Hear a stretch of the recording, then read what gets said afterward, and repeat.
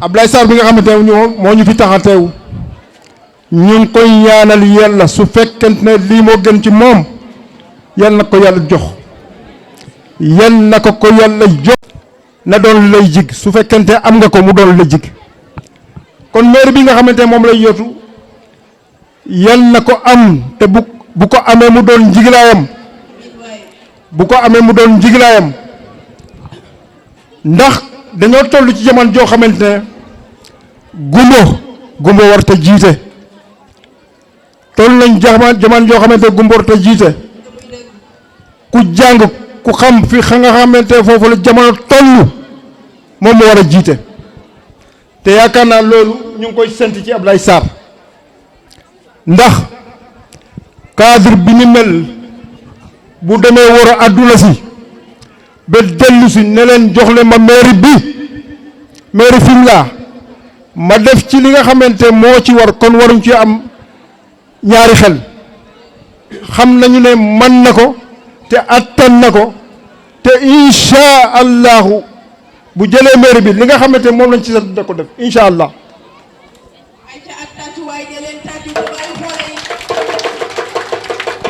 kon Ablaye Sarr yal na la yàlla jox mairie bi yal na la yàlla jox mairie bi mboolem li nga xamante moom lañ fi ñaan yal na ko yàlla nangu mboolem li nga xamante moom lañ fi ñaan ak nit ñu baax ñi nga xamante ñoo fi jaar war a ñaan lépp liñ fi ñaan yal na ko yàlla nangu ndax kat xol mi nga xamante moom la yàlla nangu ñaanam kenn xamu ko ndax yonent bi alayhi salaatu salaam dafa ne la yastajibu llaahu da'watan min qalbin safi xol bi nga xamante ne nee dafa tilim xol bi nga xamante ne kiñaan dafa nekk nee na yàlla du nangu ñaanam xol moomu nee bu ñaanee yàlla du ko ñaan du ko nangu kon mboolem ñi nga xamante ne ñoo fi nekk yal na leen yàlla nangul seeni ñaan jëmale ko ci Abdoulaye Sarr man na ko attan na ko yal na ko yàlla def wa salaam.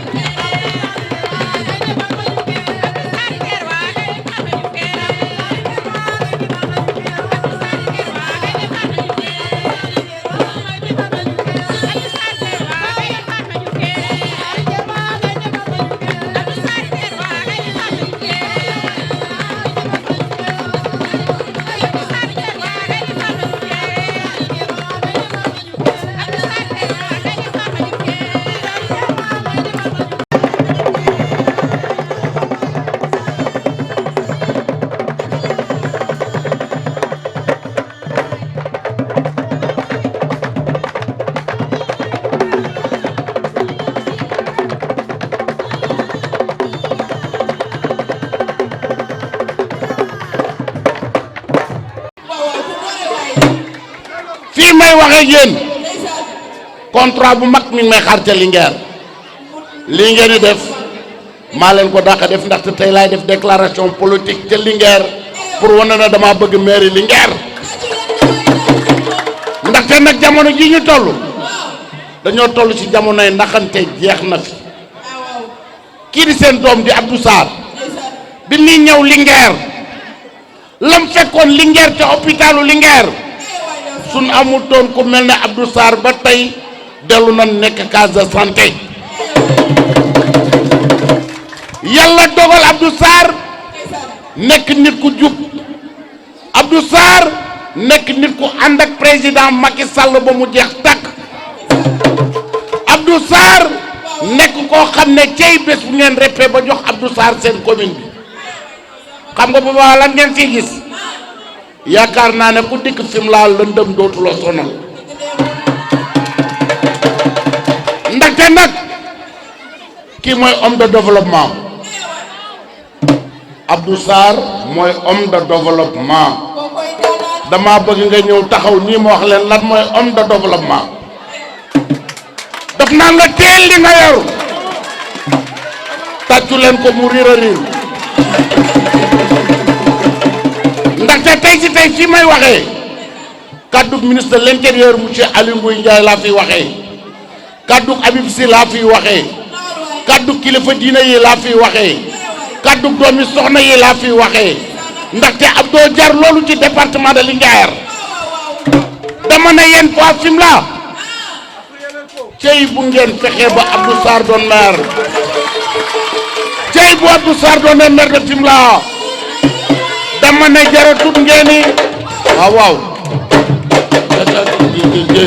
sagin ndeysaan waaw waaw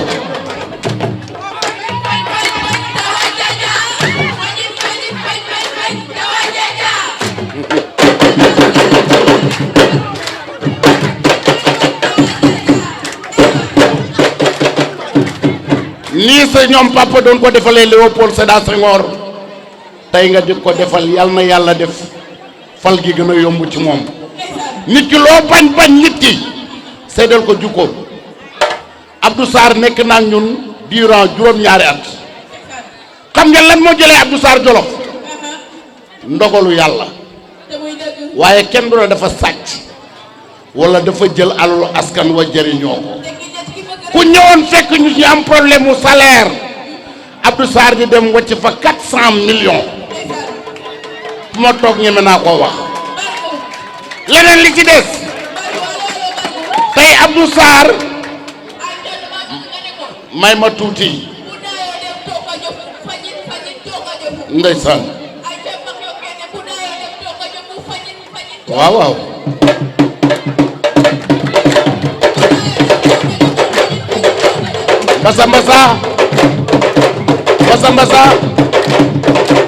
mbasa dama ne coow mën naa bari lool waaye ñun géwël xamee nan fas yi ñun géwël yi xamee nan fas yi xamee nan naaru góor yi xam nan pari xam nan élevage dama ne Abdou say mbokk ngi nii ñun de damay ñaan ci baaxu yàlla di ñaan ci baaxu sama sëriñ muy Alaaji Socé Ndiaye Abdou yàlla nañ dund ba sa njortu ëpp ci li nga bëgg muy mairie loolu tuuti na ci yow Abdou la Léopold Sédar Senghor yoroon yàlla na nga dund ba yor ko sa digg nawle yi Abdou Sarr su may wax ci yow mën naa fee fanaan ndaxte li may faral di wax Abdou tey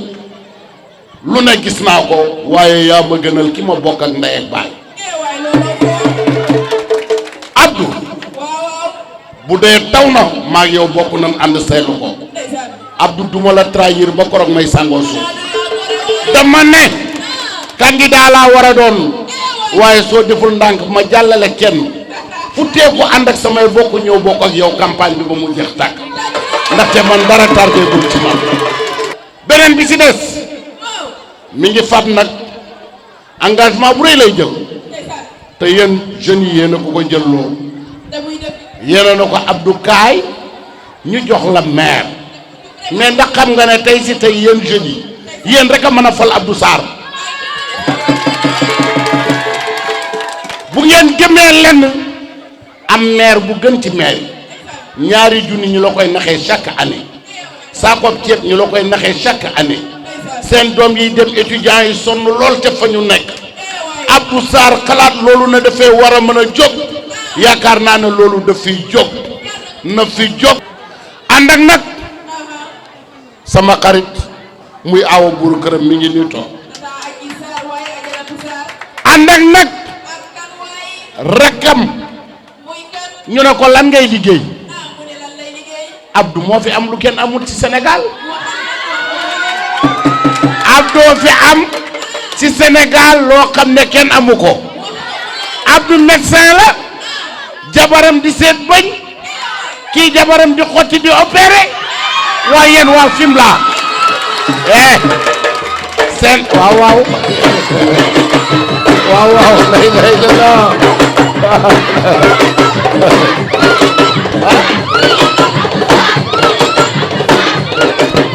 léegi nag mbasa yéen li ma leen wax su ma génnee tambour major bi na ma jox numéro am danaa la jox batterie boo campagne maa ko signé dinaa ko def incha allah kon nag sa waay kaddu gango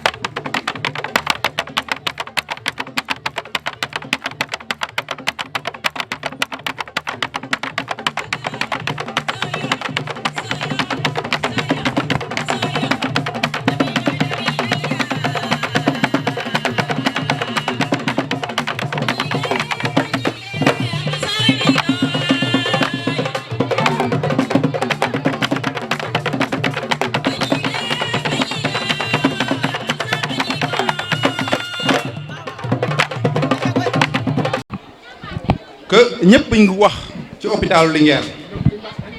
ñëpp ngi wax Abdou Sarr bàyyi na fa 400 millions mais kenn waxul ñaata la fa fekkoon Abdou Sarr a trouvé là-bas un déficit de plus de 100 millions di dem bàyyi leen fa 400 millions donc bu ko neexoon tey am na nu mu doon jëfe tey ay millions lay mitine waaye bàyyil na leen fa ay millions ñëw loxoy neen loolu mooy ngor docteur Abdou Sarr bu muy ñëw hôpital Linguère benn médecin bëggu faa ñëw benn directeur bëggu faa ñëw parce que ay problème kese ñoo fa nekkoon docteur Abdou Sarr avant muy génn foofu ñu ngi buuxante directeurs yi di buuxante pour toog foofu médecins yi di buuxante pour toog foofu parce que liggéey na ko ba hôpital bi neex xool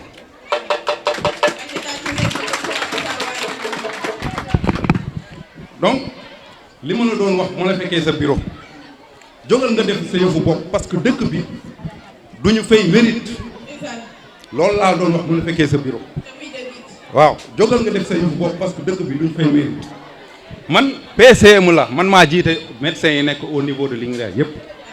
te ku xam hôpital xam ne relation PCM ak directeur du loo xam ne lu yomb la waaye fu ngeen di liggéey transparence am foofu dëgg na problème du bëri foofu mu ngi nii waa Fimela seen doom ji bu ngeen ko joxul seen kii mu won leen lu meen mën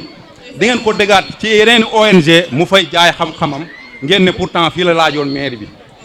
waaw ndaxte ku xam hôpital di nga xam ne bokk na ci li gën a naqaree gérer parce que loo xalaat foofu mën nga fa investissement yi ngay def foofu yëpp du loo xam ne dañ koy tëg bët machine bu gën a cher boo ko fa jëndee ci ay salle lay nekk des fois duñu dugg foofu ba génn duñu xam lan lañ koy doyee donc ku mel noonu bu liggéeyee foofu nga xamante ne jamono yi nga xam moom ko fay doog a ñëw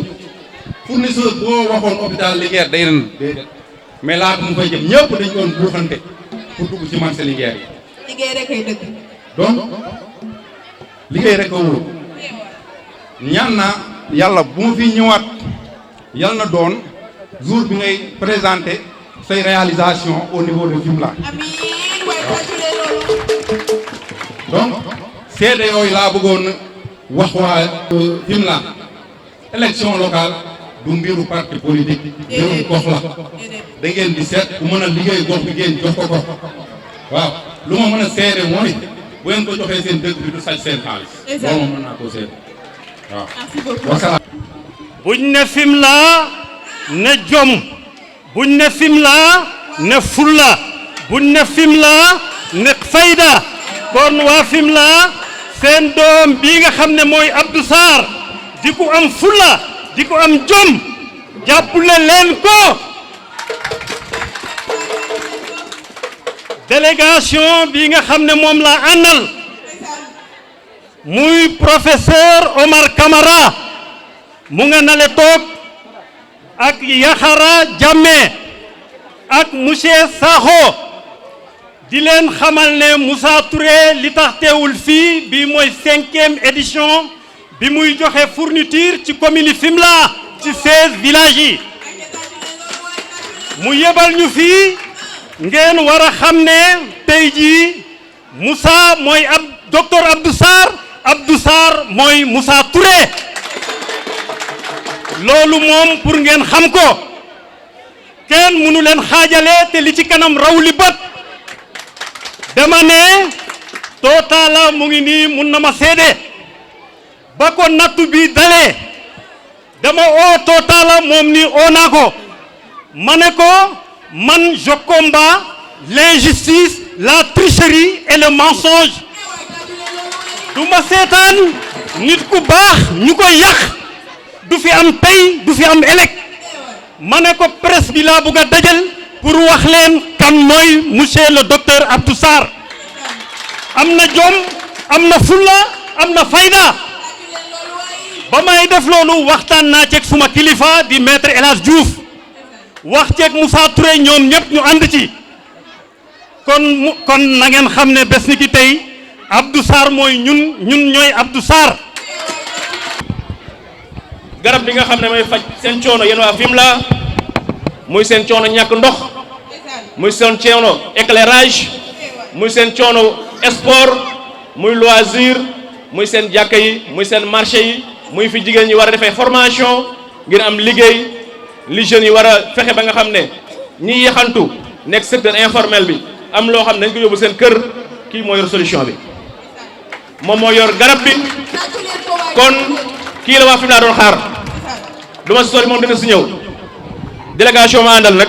mën naa ne docteur Sarr mënu ma ko si boole Adji Sarr parce que moom fi këram la mais maa ngi ànd ak Awa Mbow moom mu ngi dëkk Diourbel maa ngi ànd ak docteur Thomas ak docteur Sarr Pape Sarr ñu jóge ba Diourbel indi suñu mention de soutien saanam suñu soutien te lii je pense que bu ñu ko yéegoon a yëg bu ñu ko teeloon a yëg gis mobilisation bu am solo bii dañuy changer suñu carte électeur jëlee ko Diourbel indi ko Fimela lu tax ñu koy def mooy Fimela je pense que moo ngi am plus de 71 000 habitants loolu rek mën na fal docteur Sarr mais fekke le jour historique bi waa Fimela di fal docteur Sarr loolu dafa am solo te man bëgg naa ko fekke mais nag malheureusement peut-être dina fekk may campagne Diourbel mais leen wax ne kii rek li ma jot a xam si moom jotuma ko fréquenté lu bëri mais nit bu doxee wala mu wax di nga am ay qualité yoo am si moom booy wut homme politique ki nga xam ne mën na changer dëkk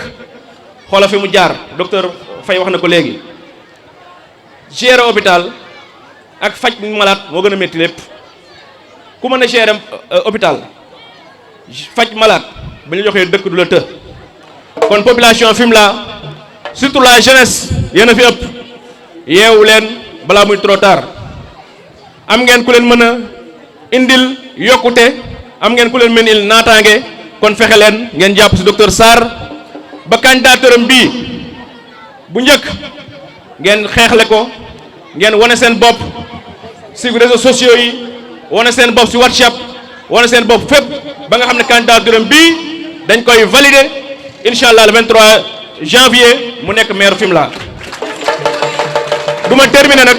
ma terminer de remercier wu ma ki nga xam ne mooy soxnaam muy docteur Adji Sarr docteur Sarr parce que li docteur Abdou Sarr di def Fimela moom lay def Diourbel te dëkku fa parce que j'en suis témoin dama koy fekke muy consulter ay daara ñoo am problème mu bëñ muy consulter ñoo xam ne c'est des indigènes maanaam seen loxo jëmul jox seen ginnaaw mu leen di consulter dëkkul Diourbel kon déjà ki nga xam ne da koy def fa mu dëkkul ki nga xam ne mooy borom këram bu demee ba nekk maire Fimela li jëm seen wàllu wér-gu-yaram dana fayu. Je vais parler un peu en français parce que je suis de la mouvance présidentielle. Je suis de la coalition Benno Bokk Yakaar, de la grande mouvance. Je dis ici solennellement devant les populations de Fimela que la coalition Benno Bokk Yakaar a un candidat. Quel candidat? Un candidat capable de changer la situation actuelle de la ville de Fimela. Je ne suis pas citoyen de Fimela, mais quand même, mes yeux sont là pour observer au moins l'environnement dans lequel nous nous trouvons actuellement. Vous avez vu ici, il y a un défaut d'éclairage. Voici le médicament qui trouvera la solution. J'ai lu hier, en venant à Fimela, que Fimela a toujours souffert d'un problème d'eau. Vous avez toujours souffert d'un problème d'accès à l'eau potable. Voici la solution. Vous avez une jeunesse qui a besoin de formation, des femmes qui ont aussi besoin de formation, surtout la formation professionnelle. Voici le médicament. Voici celui qui peut changer cela, celui qui peut trouver des partenaires techniques et financiers pour changer votre destinée. Donc je lance un appel solennel. Je ne vais pas lancer votre candidature, mais je vais demander à mes camarades de Benno Bokk Yakaar de porter une oreille attentive à la déclaration de M. Abdou Sarr. Wassalam. Joko njal.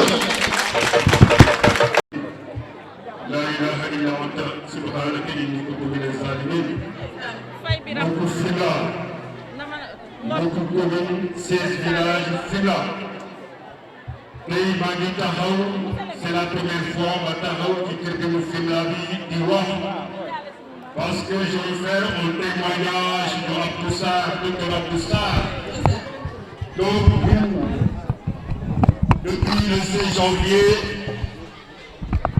depuis le 16 janvier, on a sillonné tous les villages de la commune de Fimela. Docteur Abdou Sarr a fait un geste noble aux personnes vivant en situation handicap dans la commune de Fimela.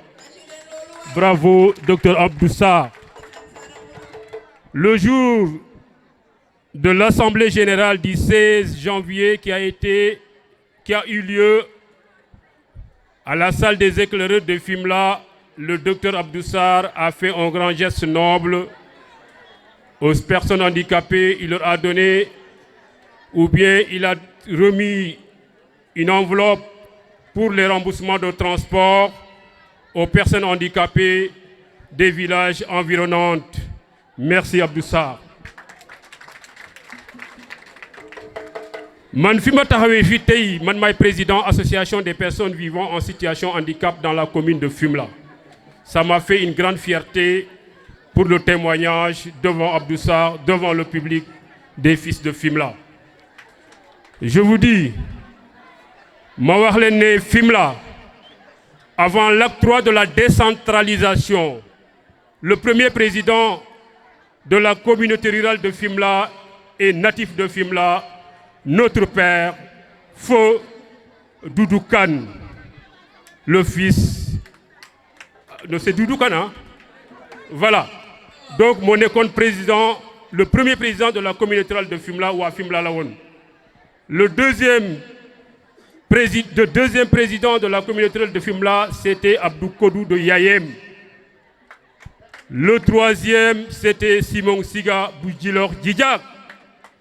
Le quatrième, c'était Abdou Senghor, Ablaye Senghor de Fimela, qui est à côté de nous. Et le quatrième, c'était Landing Boussambaya. Après Landing, il y avait une délégation spéciale, Adamassa Simboub. Et il y avait aussi le président sortant, Moucho Gorgui Faye, natif de Simal. Nenalen, la commune, ce n'est pas une lignée maternelle, ce n'est pas une lignée paternelle. Kon affaire bi du yëfu ndey du yëfu baay ñooñu yëpp fii lañ jaar. Nous on veut plus au maire éternel. Fimela a du potentiel. Il y a le tourisme qu'on doit développer. Am na pêche qu'on doit développer. Dans tous les secteurs, Fimela, c'est le poumon de la région de Fatick. Il y a toutes les ressources. Xoolal suñu jigéen ñi suñu yaay toog fii. Ñu ngi daan seen doole amuñu ki leen dimbale. Politique c'est pas ma dindi xaalis jox ramu bi taxaw nii. La politique c'est dans l'esprit. Politique de développement c'est dans l'esprit. Nañ waxante dëgg. Nañ waxante dëgg. Yëf yi dafa jeex. Il y a beaucoup de leaders qui sont dans la commune. Mais le seul objectif c'est lal nañu booloo. buñ boolewul ku yóbbu commune bi mooy ñuy booloo dañ nañ waxante dëgg li ma leen di wax tey na ngeen ma ko xoolee demain après demain na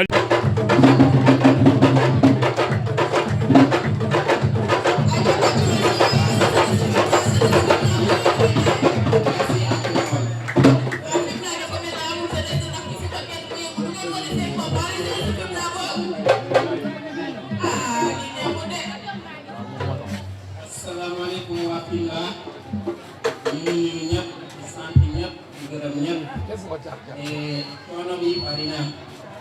waaye di ko jar moo ko jar tey ñoo ngi taxaw ci tribune bi yaakaar naa ne taxaw nañ fi ay yoon yu bari yal nañu yàlla jàppale aussi ñu taxaw fi ay yoon yu bari di waxal commune de Fimela pour lu koy yóbbu ci kanam loolu moo tax ñuy taxaw toujours ci kanamu public bi pour wax li nga xamante ne vraiment commune bi war na mun a egg foofu. Mais balaa may egg foofu damay def mention spéciale à monsieur le docteur Abdou Sarr. Docteur Abdou Sarr comme li ñëpp wax Abdou Sarr mooy ki nga xamante ne dafa am respect.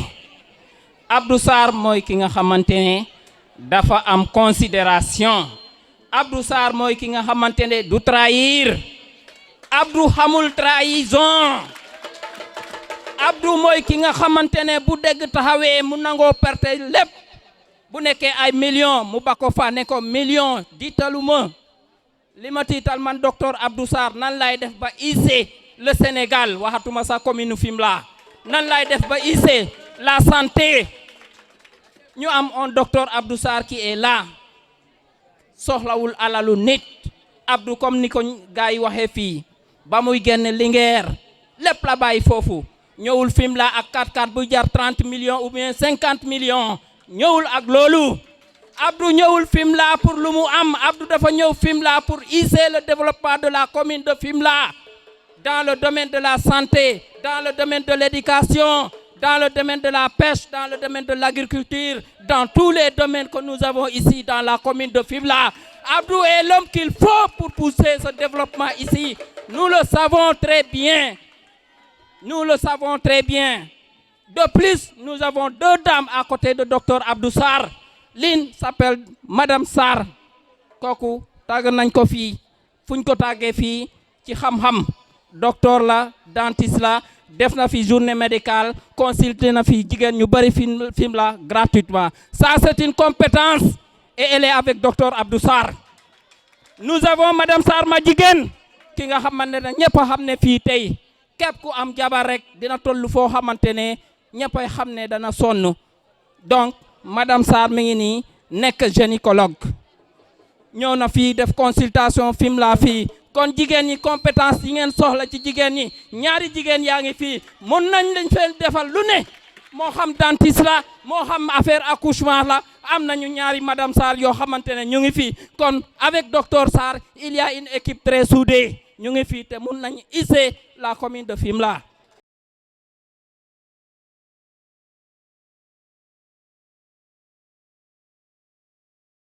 lii mu lay defloo moom lañ defloo woon Fatou Gueye Sarr lii ñu lay defloo moom lañ defloo woon sa bàjjan may mun a kan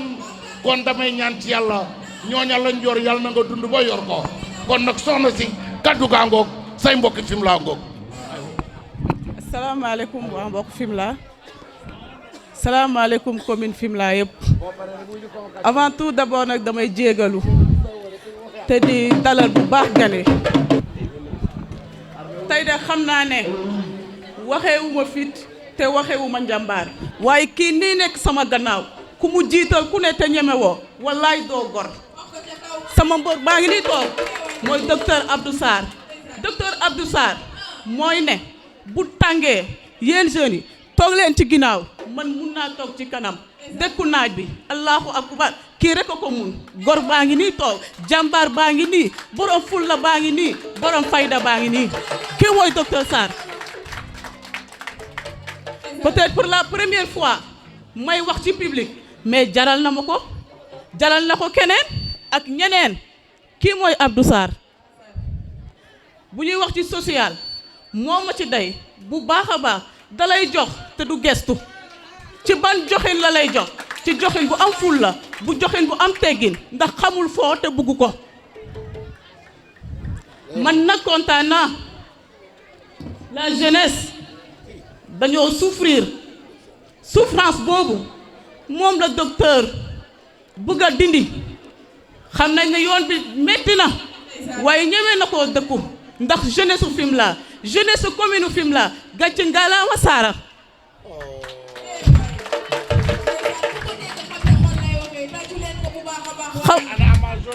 xamoo ci dara sax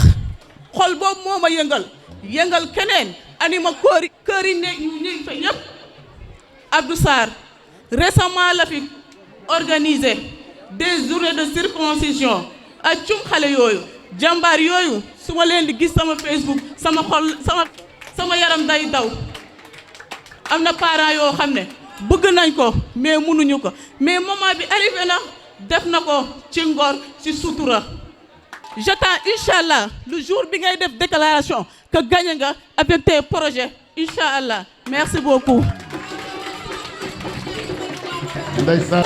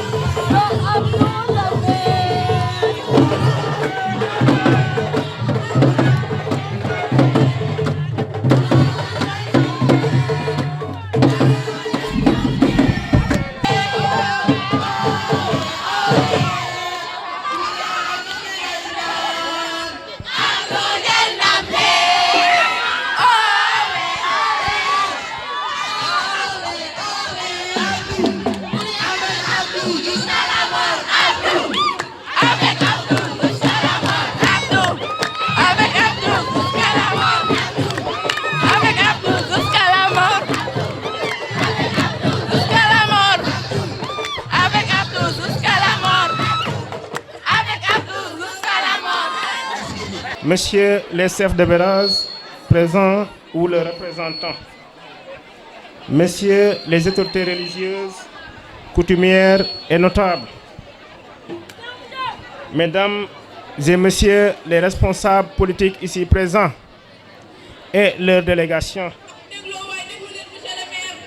population de Marwangé, population de Marfafako, population de Marloch, population de Marsoulou, population de Nangan,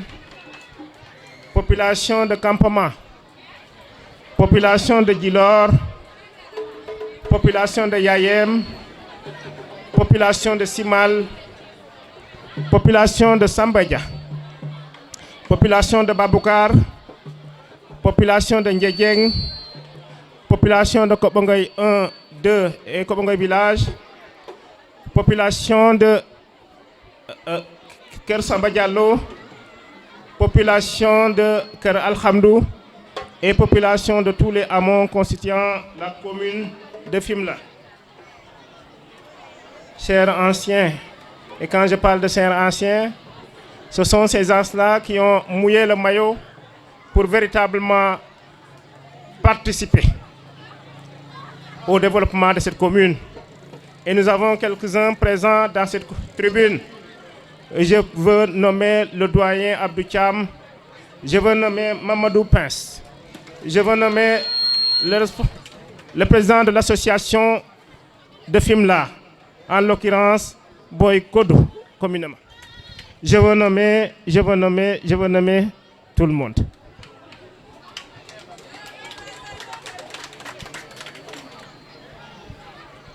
Chers invités, la délégation de Linguère venue nous répondre avec toutes les contraintes. La délégation de Diourbel venue nous répondre avec toutes les contraintes. Ceux qui ont quitté Dakar, ailleurs, partout ailleurs pour être ici présents. Et ceux qui ont voulu être là, mais n'ont pas pu le faire. Et il y a une particularité, c'est les gens de la diaspora qui ont mis sur place un groupe dénommé Abdou Sarr, futur maire de Fimela. Je les remercie autant que possible. Nous sommes réunis aujourd'hui à la place publique, chef-lieu de cette commune, pour partager avec vous notre projet de société. Cette belle commune qui nous est chère, et quand je dis nous, c'est nous tout le monde. Naturellement, ce projet de société ne se réalisera que lorsque ce vent, ou du moins cette tempête, parce qu'il s'agit véritablement d'une tempête de changement, qui souffle actuellement, aura donné son épilogue le 23 janvier 2022.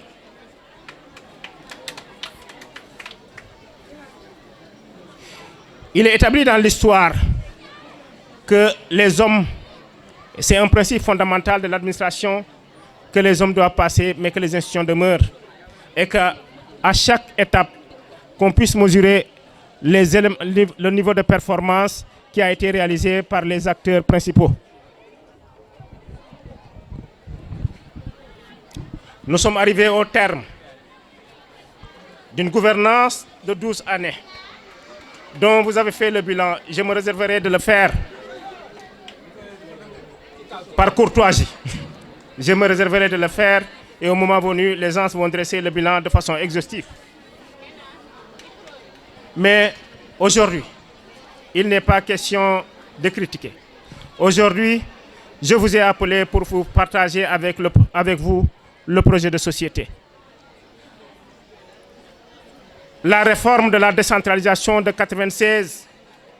avait établi 9 domaines de compétences sur lesquels les collectivités territoriales, qu'on appelait les collectivités locales, devaient exercer pour assurer le bien-être de leur population. Et parmi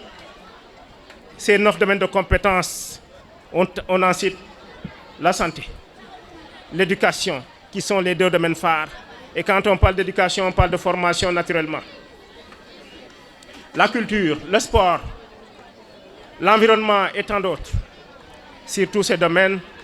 nous nous proposons véritablement de vous donner quelques lignes. Étant entendu qu'à l'arrivée, il y aura toujours une mise à jour. Dans le domaine de la santé et de l'action sociale, nous préconisons la mise en place de mécanismes et d'appui à une mutuelle de santé communale viable. Une mutuelle de santé communale existe, mais une mutuelle de santé communale viable. Et quand on dit viable, ça veut dire qui aura permis à sa population d'avoir confiance que cette structure-là constitue un véritable relais pour nous dispenser de ces paiements directs qui appauvrissent les ménages. Nous allons aussi, dans la foulée, le conseil municipal ne construit pas, mais nous pensons faire le plaidoyer pour la construction d'un centre de santé secondaire avec une maternité, et qui dit maternité dit présence de gynécologues et de radiologie.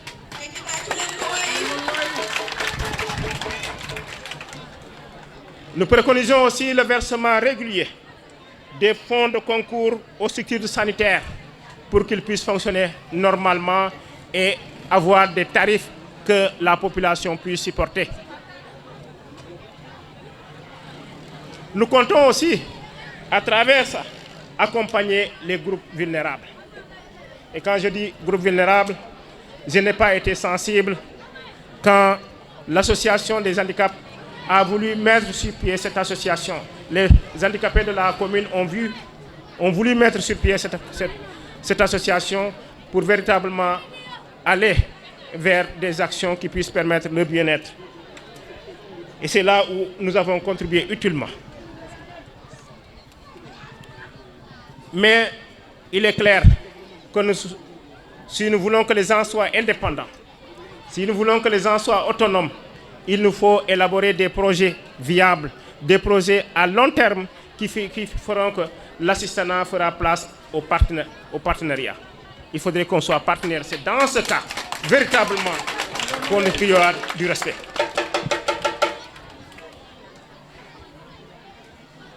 Naturellement, dans ce secteur, qui est éminemment social, on aurait dû laisser cette page, mais je veux insister. J'insiste parce que nos dames sont fatiguées. Les dames de cette commune sont fatiguées. Jigéen ñi sonn nañ.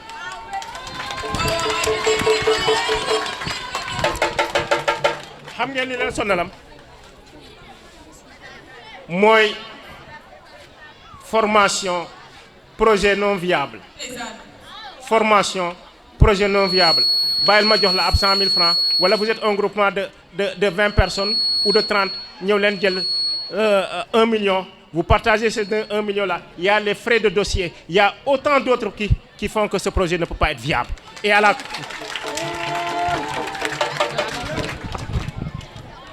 Ça fait quoi? Ça fait que nos femmes vivent en permanence le stress. Et quand vous vivez en permanence le stress, vous ne pouvez pas avoir la bonne santé. Et quand vous n'avez pas la bonne santé, vous n'avez pas le bien-être. De grâce. Lorsque nous arriverons, nous essaierons d'avoir des projets viables. Et le projet viable commence par l'accès à la terre. La femme doit accéder à la terre. Da ngeen a war a jot ci suuf si. Et suuf soosu pour ñu jot ci, il ne faudrait pas que ñu koy jaay. Il faudrait au moins qu'on dise aux gens, à tout exploitant, qu'on te donne un bail de tel nombre d'années sous forme de location. Parce que si on ne le fait pas, on finira par ne pas avoir de la terre. Et quand on n'a pas de la terre,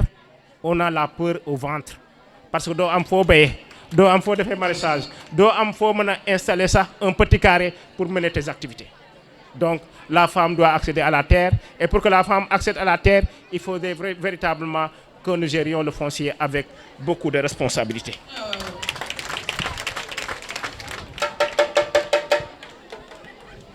Sur le plan économique, nous avons la chance. Il y a un vieux qui me l'a dit, Fimela rek ngay jóge bu la neexee nga dugg gaal dem Gambie. Fimela rek ngay jóge bu la neexee jël gaal wàcc Bargny. Fimela rek ngay jóge bu la neexee jël oto aussi dem fu la neex. Donc nous avons cette opportunité d'avoir l'eau qui est en bordure et qui nous permet d'avoir accès à ces ressources et à la fois les ressources de la mer et les ressources de la terre. Et à partir de ce moment,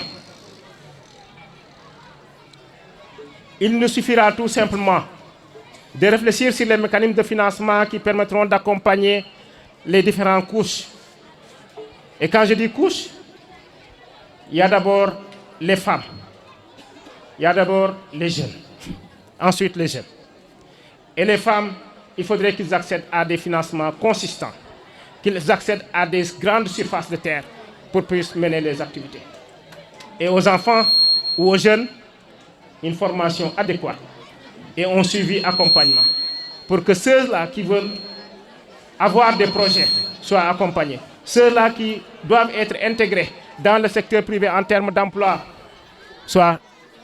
qu'on cherche des moyens et des solutions pour les y mettre. Que ceux-là qu'on doit mettre quelque part dans les démembrements de l'État, qu'on fasse des efforts, qu'on fasse le plaidoyer pour véritablement avoir parmi ces quotas-là que le film-là soit bien représenté.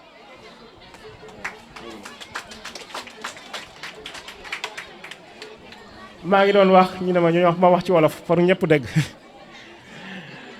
dañ ne pour que koom-koom am fii il faut que nit ñi ci jigéen ci seen bopp jot ci suuf si. waaw. il faut ñu jot ci suuf si bu ñu jotee ci suuf si aussi il faut également que pour que seen xel dal ñu am financement boo xamante ne mët na ko jar na ko pour que buñ luñ ca liggéey duñ ca sonn duñ daw ba mu xaddi. Après les femmes, j'en reviens à la jeunesse. Ma ñëw ci jeunesse. Que cette jeunesse soit féminine ou masculine, qu'il soit estudiantine, écolière ou véritablement à la recherche d'emploi après avoir fini le travail, ces jeunesses méritent beaucoup d'attention. Nous avons vu que le taux de retour est important. On vient, on a le bac, on va à l'université, on fait nos 4 ans, on revient. Et si on ne fait pas attention, si on n'est pas très entreprenant, on risque de perdre beaucoup d'années. Il faudrait véritablement que ces gens-là, ñooñu ñëpp ñu boole leen bu ñu leen boolee ñu defal leen encadrement bi nga xamante ne moo ci war orienté leen ci emploi yi nga xamante ne moo leen permettre véritablement ñu dund bu sell noppal seeni waajur yi parce que waajur yi sonn nañu il faut ñu noppal leen. loolu waaye tàccu leen loolu.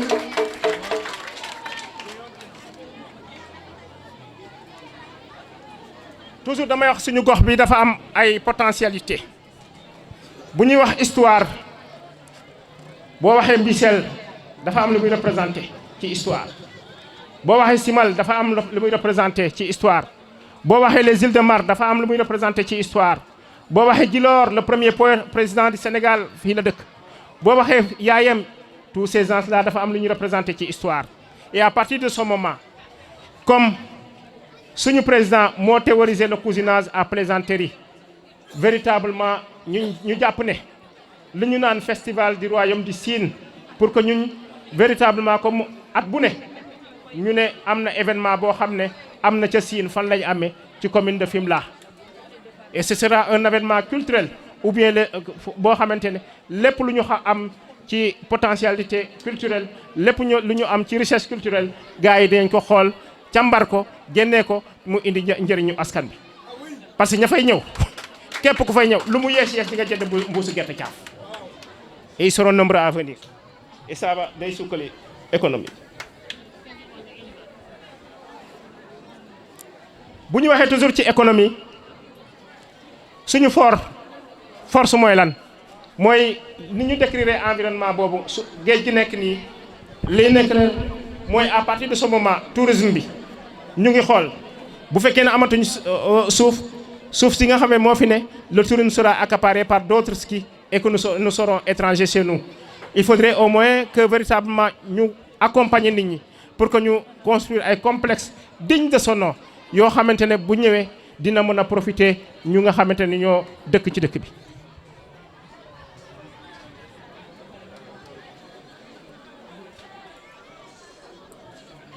toujours ci économie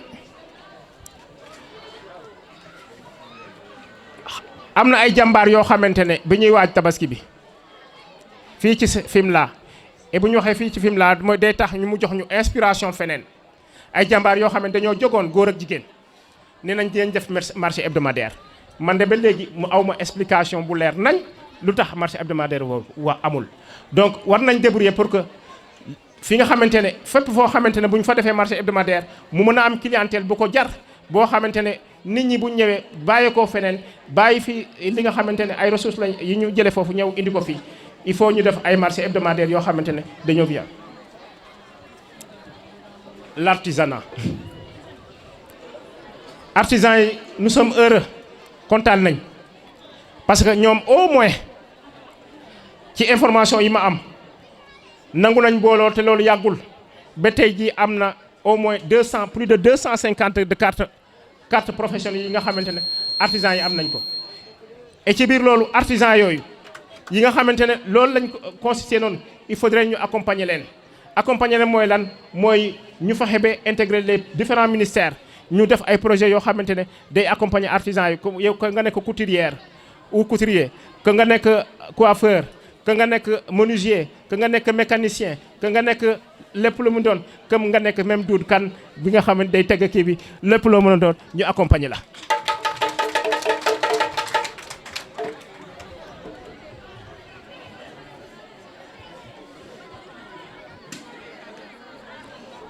loolu nag mooy projet de société boobu mooy ay quelques lignes yi nga xamante ne jox nañ leen ko pour ngeen xam ne loolu mooy li nga xamante ne moom la ñu càmbar te continuer di déglu nit ñi mais li leer ba leer mooy buñ jëlee municipalité bi am na ñu ko wax transparence et transparence boobu ak inclusion gestion inclusive et participative mooy tax dinañ woo bépp responsable bu nekk fenn pour que au moins ñu càmbar yi nga xamante gox bu ne loolu mooy sa priorité ñu taxaw ci mais terewul am na priorité yoo xamante ne jël nañ ko amaana du yëfu commune mais commune bu ci taxawee responsable bu ci taxawee dina am solution parmi ñooyu mooy lan mooy l'électrification dëkk yi nga xam ne ñu ngi ci île yi ak dëkk yu ndaw yi nga xam ne ñu ngi fi yooyu yëpp dañoo war a am courant dañ ci taxaw le pont des îles dañ ko war a toppatoo dox ko ànd ak waa différents mar ànd ak képp koo xamante moom pour que au moins ñu taxaw ci mar xam nañ ne pont boobu bu amee waxuma la sax mar yi mais toutes les îles tous les villages yi nga xamante ñu ngi ci îles yi ñooñu dañ ci gis seen bopp et loolu day suuxat ak économie bi. le pont Simal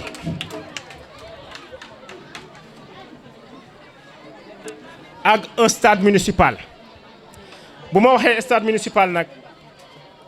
c'est à la fois boo waxee stade c'est un lieu où on peut faire de la culture mais c'est un lieu où on fait du sport divers et variés que mu nekk football que mu nekk basket que mu nekk lamb que mu nekk lu mu mën doon rek mën nañ ko def ci stade boobu donc il nous faut avoir un stade multifonctionnel municipal ñun ñooy xool nag fi nga xamante foofu lañ koy def pas forcément ki mais ñu def ko foo xamante ne véritablement ñëpp dañ ci accéder te mu nekk loo xamante ne dina am njëriñ ci askan.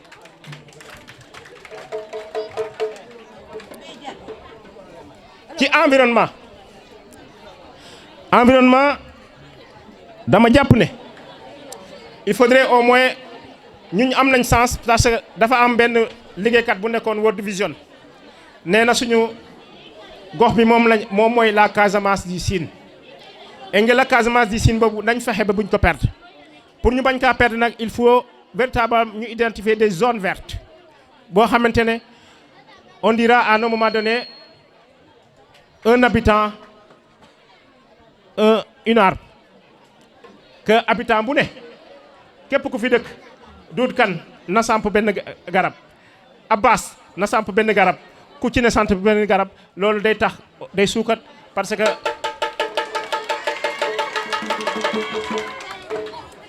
et loolu boo duggee yaayam dafa doy pour nga am inspiration boo demee yaayam et le daanaka bëgguma tooñ mais yaayam c'est un beau village un très beau village.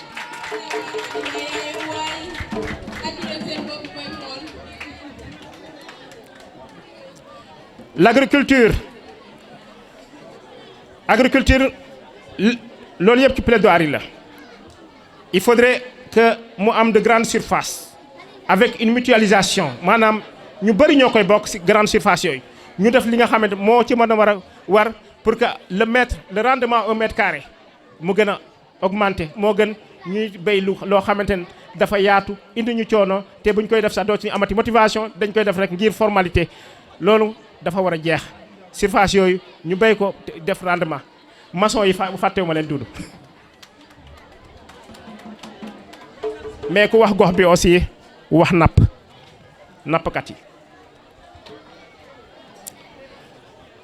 nappkat yi dama jàpp ne déggoon naa ñu naan le port de Ndangaan Samb xaw ma fu mu toll mais bu doxee war nañ fexe ba mu nekk lu réel dafay taxaw l'infrastructure dafa war a taxaw mais aussi la communication bi ci war pour que au moins nit ñi jox ko gëdd faire fonctionner loo ko dafa war donc lii la l'électrification publique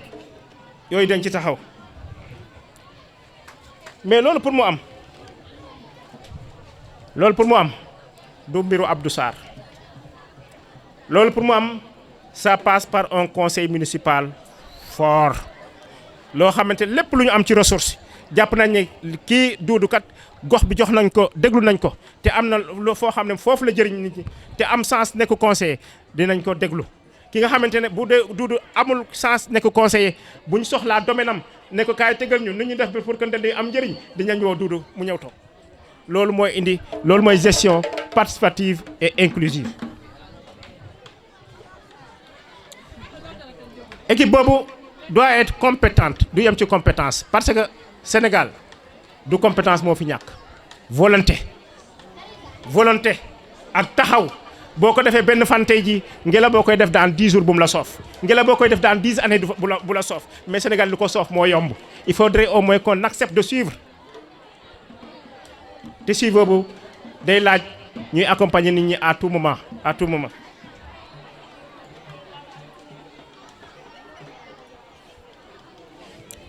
Équipe municipale boobu nag damay ñëw rek pour tontu parce que dafa am ku taxaw fii wax boo xam ne bu neex a dëgg Cheikh wax na ko il faut ñu booloo Abdou Marina wax na ko il faut ñu booloo boobu nag il faut dañ ciy dox def suñu kéemtalaay kattan lu waay boo defee sa kéemtalaay kattan te antuwul nga xam ne dafa antuwul mais dañ ci dox def suñu kéemtalaay kattan parce que jàpp naa ne benn lañ xamul sa benn lañ mooy du ma woo Moussa Touré ñaari yoon te répondrul du ma woo Doudou Diokh ñaari yoon te répondrul du ma woo Mamarem Babou te répondrul du ma woo Samba Faye répondrul du ma woo Matar Ba répondrul du ma woo Arfang Sarr yaayam répondrul ñëpp tous ces gens-là qui se disent aujourd'hui candidats ñun ñëpp bu ñu waxantee dañuy kaf dire donc war nañ mën a taxaw du ma woo Bakary Sarr Simal du ma ko woo te répondrul ñooñu ñëpp tey jii xam nga lu tax mu am parce que ku ci ne ci ñoom da nga am volonté am seetoo loo am da nga naan commune de Fimela dama ci war a def sama kent lay kattan te dafa am masloo lu mu wax boo demee ba yàlla suturaal la ba nga am loo xamante ne mën nga ko lekk am loo xamante ne am nga sécurité am foo tëdd loolu taxul mu doy xam nga li tax mu doy mooy sa askan la nga xamante ne ba ngay jàngi école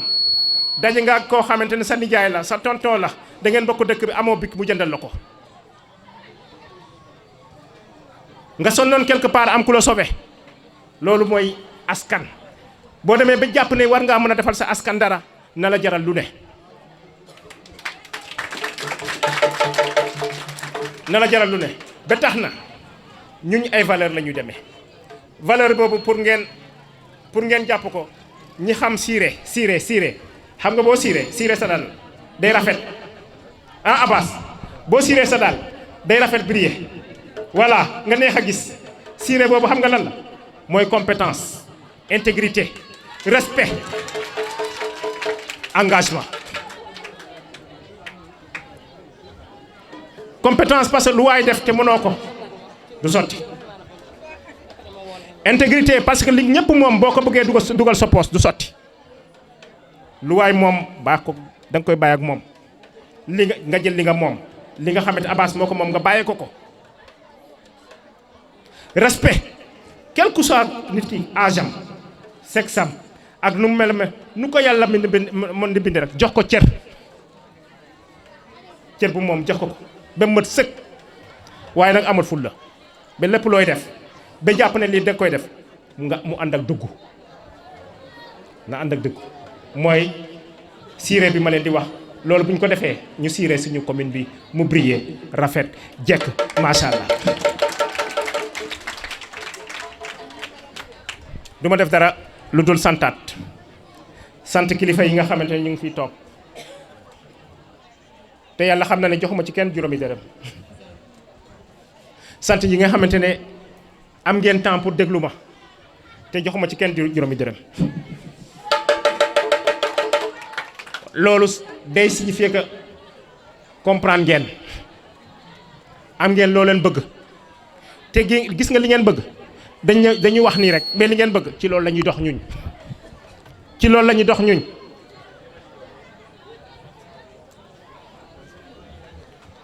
kenn mbug na ni kaaga i ndef ka te i mbaxta comme nu ga'oona rek a waxtaante li a waxtaante nga a jega ke andona a fooga a jega njiriñ nda feet ɓiske jam comme ɓiske jam o feet o garanga o buganga no leyna in xan i leyonge a keke kay ɓiska o feet fat i muñ waay o texe fat i muñ waay to mbi neke mbiit nene o koore fat i muñ waay to mbi neke mbiit neke kaaga ten refu communication interpersonnel communication de masse aussi xan i mbiyan njoko a fi wiin bo andoona yee ke warna ten bukku jega ke warna rek bukku jega mooy du ci man dañ doon jéem rek kaddu yi ñu fi wax kaddu yu rafet nañ toogaay bi jëkk na kenn tooñul kenn xuloowul kenn ngaayowul ba tax na man Abdou Sarr di leen tàllal loxo di leen ne candidat la ci élection locale yi nga xamante ne dañuy ñëw ci 2022 di leen ñaan di leen tàllal loxo pour que ngeen jàpp li ma leen wax nii à chaque fois waxuma lépp dina defule mais au moins dañ dox dem ca te à chaque étape fu ñu toll dañ ñëwaat ne leen toog leen lii lañ leen waxoon lii lañ ci def lii moo ci des bu li ci des nag lii mooy li nga xam ne moom lañ ci dox lii nga mooy suñu kattan fu muy yem lii la donc man maa ngi leen di déclarer être candidat à l'investiture de Benno Bokk Yaakaar